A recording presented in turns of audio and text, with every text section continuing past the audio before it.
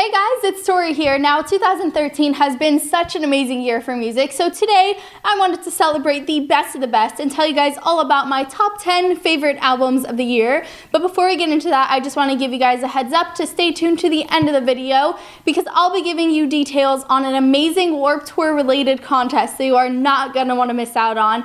So with that being said, let's get started with the countdown. Number 10 is Silverstein's album, This Is How the Wind Shifts. And now the first time I listened to this album, I did like it, but I wasn't quite thinking that it was top 10 material until I realized how insanely cool the concept of the album is. Now, the way it works is each song is in a pair. So like track 1 and track 8 go together, track 2 and track 9, or it's something like that. But anyway, yeah, so 2 songs go together and it's that way throughout the track list. And the overall concept is that one song tells about a scenario, and then the other song that goes with it tells if the scenario had happened differently. And I could totally relate to this because, okay, you guys have to relate to this too, where you think all the time, okay, well, what if it had happened this way instead? Or what if this had happened? How would it be different? And that's exactly what the album is.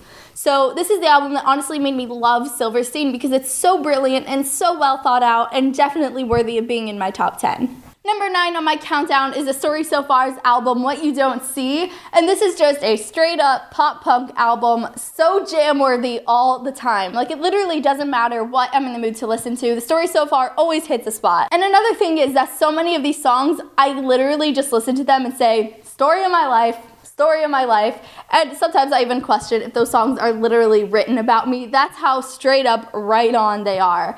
And Parker Cannon's voice is so powerful throughout the entire album. He's kind of like the hero of it, and I'm not saying this in like a fangirl, oh my god, Parker Cannon kind of way. I'm saying it in, I really respect him as a vocalist, and I mean, he killed it on this album.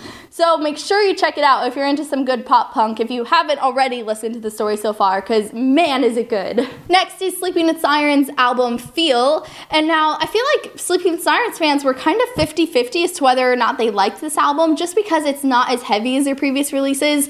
And you know what, I am just not one of those kind of people that's gonna be like, hey, there are not enough breakdowns in the song, the screaming is weak, and it is just not heavy enough for my taste. No, I'm not one of those kind of people. If it's good music, it's good, and that's all that really matters to me. And in my opinion, this is the best Sleeping with Sirens album to date. I mean, Kelen's vocals have gotten so much better looking back to the previous releases. I don't even know how in the world he hit the notes that he did on songs like I'll Take You There. I'm a girl and I can't even sing along to that song. And there were some crazy guest vocalists on this album too. You got Matty from Memphis, the lead singer of Attila.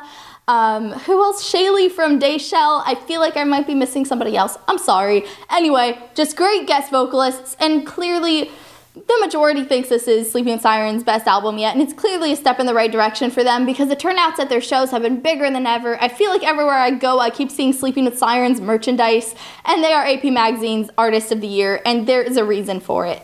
Next up is Icy Star's album, New Demons. It's quite an interesting story how this ended up in my top 10 because the first time I listened to it, I bought it at midnight the night it came out, and I was so excited to listen to it, and then I listened to 1 or 2 songs and pushed the album to the side, completely ignored it, didn't listen to it again until I went to see them on their headlining tour where they played a lot of the new songs. And then I went home again and tried listening to the album again because I thought they sounded so good live.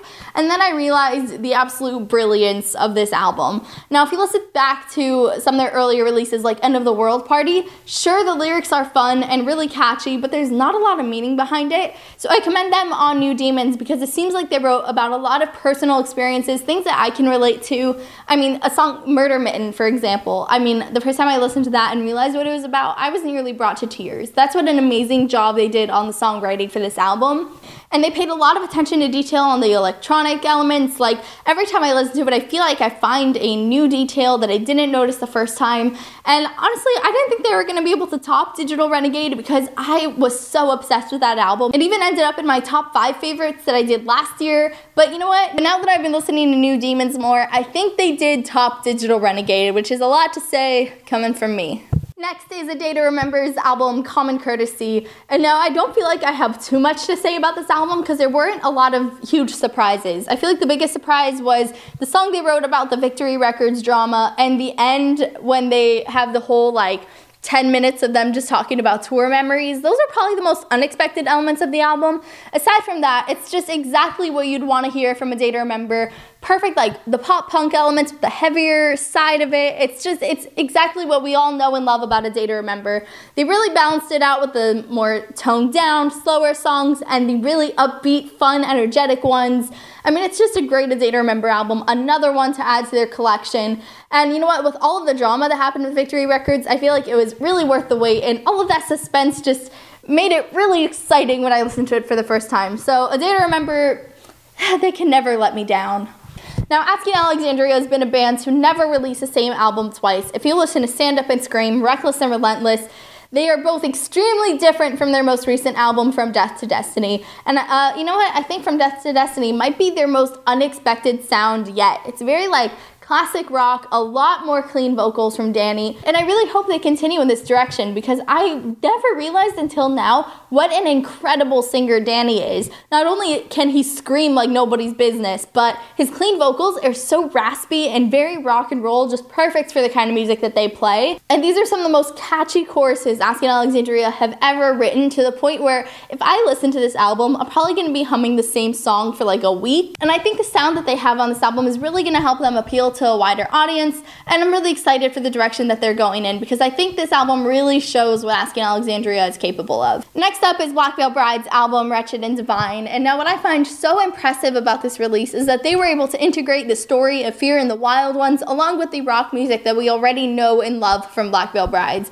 but they did it in a way where, in comparison to their previous releases, it seems like on Wretched and Divine they paid more attention to the emotion and the storytelling behind the songs rather than just trying to fit as many cool guitar solos as they could in one track, which, you know what, I love a good guitar solo, but there's something about this album that seems more of like a artistic expression, an artistic project, rather than just an album to headbang to. My only problem with this album are the Fear transmissions. The first few times that I listened to the album and I was trying to figure out the story, they were great and really helpful. It was cool to have William Control on the album, but now I understand the storyline. I don't need to hear the Fear transmissions every time, and especially if I'm shuffling the songs, then it could get a little annoying. But overall, I think this is such a cool album, and I just thought it was the coolest thing that they were able to integrate this story, and also they had the movie for it, and I'm pretty sure there was like an art gallery, so they really went all out on Fear and the Wild Ones story, and it was really amazing to see them do something new.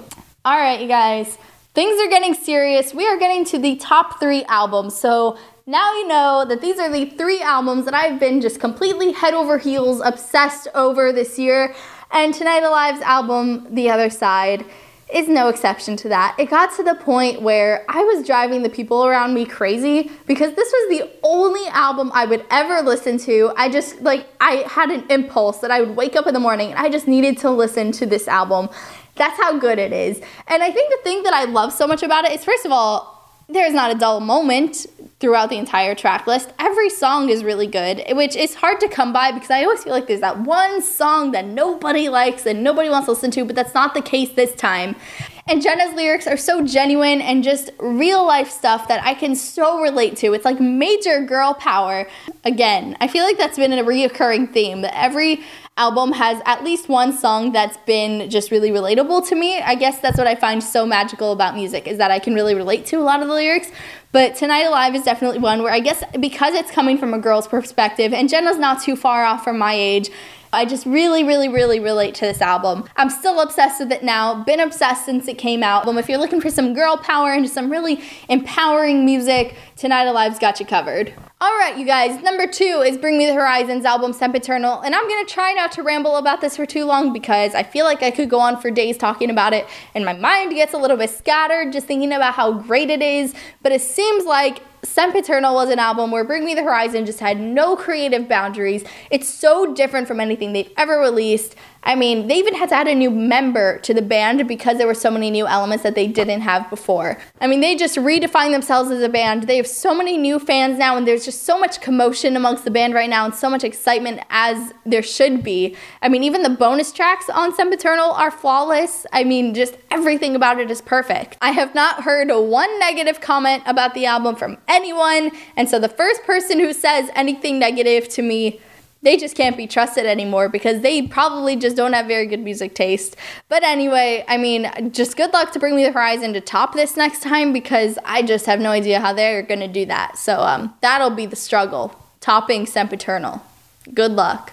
All right, you guys, we are down to my #1 album on my countdown, and it is Let Live, The Black is Beautiful. And anybody who knows me or follows me on Twitter, this comes as no surprise because this has been a band that I have just fallen head over heels for. I love everything they stand for and everything they are about. I feel like they bring a lot of really important topics to light that need to be discussed, like politics and society and human nature and personal struggles, just anything important that you would feel needs to be addressed.